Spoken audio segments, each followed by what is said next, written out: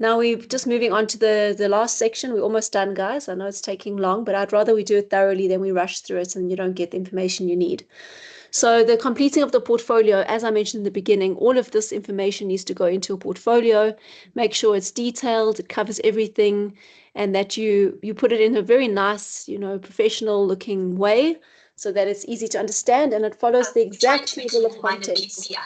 And in one of our things we mentioned, the topics that we mentioned, we talked about.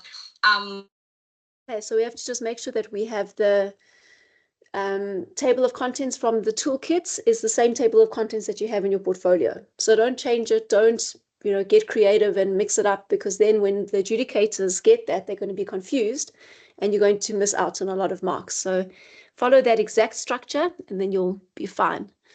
And then the next thing is the oral presentation. So there's an oral presentation, which is basically the summary of the toolkits. No, not the toolkit, but the portfolio. And that is like a pitch or a trailer to a movie. It's getting people excited about your project, telling them what it was about, like what was the problem, how bad was it, what did you decide to do about it, how did it work, what kind of change did you make, what did you learn while doing it. It's that. And it happens in these questions here that we've put together. Instead of going step by step, you just answer these questions that's in the toolkit. And then from there, you can just practice in your teams how you're going to do it, how creative are you going to be. You want to do something that's going to stand out.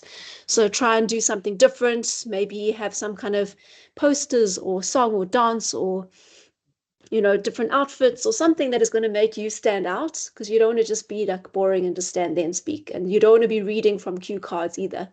You want to make sure that you're engaging with the audience and you very passionate about what you've done, because that's what it's about. It's about giving you a showcase, like a platform to showcase what you've done and to get everyone excited about it, because maybe you could help some other schools that have the same problem.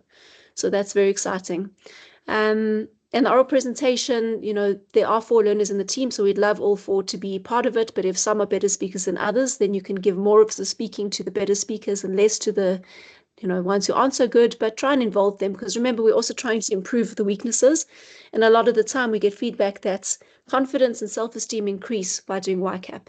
So maybe someone who was shy in the beginning of the project, by the end, is actually speaking really well. As you've heard, all our support team members who spoke today have been very confident, and they didn't start out that way. It's through practice and through experience that you get to that point.